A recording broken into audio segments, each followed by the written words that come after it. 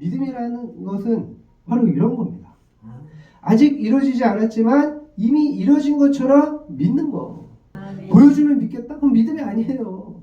그냥 사실을 받아들이는 거지. 그죠? 무엇보다 하나님의 성실하심과 진실하심을 믿는 것이 믿음입니다. 그래서 믿음이 의롭게 여겨지는 거예요. 자, 열왕기상 8장 5, 6절에 솔로몬이 이렇게 고백합니다. 여호와를 찬송할지로다. 그가 말씀하신 대로 그의 백성 이스라엘에게 태평을 주셨으니 그종 모세를 통하여 무릇 말씀하신 그 모든 좋은 약속이 하나도 이루어지지 아니하며 어떠다. 하나님께서는 반드시 말씀하신 대로 행하시는 분이시다. 하나님께서는 기분과 상황에 따라서 바뀌는 그런 변덕스러운 분이 아니다. 한마디로 말씀하신 것은 이루시기까지 변함이 없으신 분이시다. 여러분, 하나님께서는 태초에 정하신 계획대로 행하시는 분이십니다. 그런데 우리가 이러한 사실을 믿는 것이 쉽습니까? 쉽지가 않죠. 쉽지가 않아요. 왜 그렇습니까? 우리가 살아오면서 너무나 쉽게 변하는 사람들을 너무 많이 경험했기 때문이에요. 사람은 자기가 좋을 때는 뭐 간도 쓸개도 다 빼줄 것처럼 정말 예쁘게 좋게 말을 합니다. 심지어 하나님의 일을 할 때도 막 비전이라는 둥, 평생 이걸 할 거라는 둥, 막 그렇게 거창하게 말해요. 그런데 조금만 상황이 바뀌어도 어때요? 언제 그랬냐는 듯이 그냥 뒤도 돌아보지 않고 완전히 다르게 행동을 합니다. 그래서 믿을 수 없는 것이 사람의 마음이다. 또 많은 사람들이 그렇게 말을 하잖아요. 그런데 또 변덕스럽지 않아도 또 뭐가 문제예요? 능력이 없어서 계획을 바꾸는 경우도 많습니다. 능력이 없어서.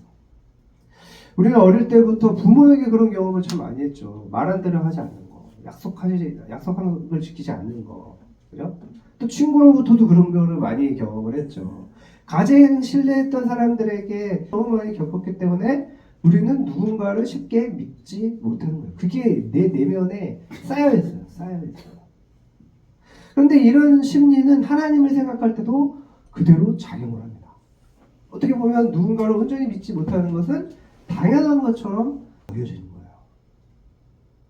그런데 이러한 심리가 하나님께도 작용된다는 게 그게 문제인 거죠. 그래서 우리는 어떻게 해야 됩니까? 수많은 나의 경험, 배신당하고 앞과 뒤가 말이 다르고 막 수시로 마음이 바뀌고 그런 경험들 있잖아요. 그죠? 그런 경험들과는 달리 하기 위해서 어떻게 해야 됩니까? 의도적으로 계속해서 하나님의 성실하심과 진실하심을 수시로 묵상해야 됩니다. 수만 번. 왜? 우리가 그 이상으로 거짓을 사람들로부터 겪었거든요. 그렇지 않으면 우리도 성경에 나오는 그런 불신의 모습과 불경한 사람들의 언행을 그대로 반복하는 죄를 지을 수 있는 겁니다.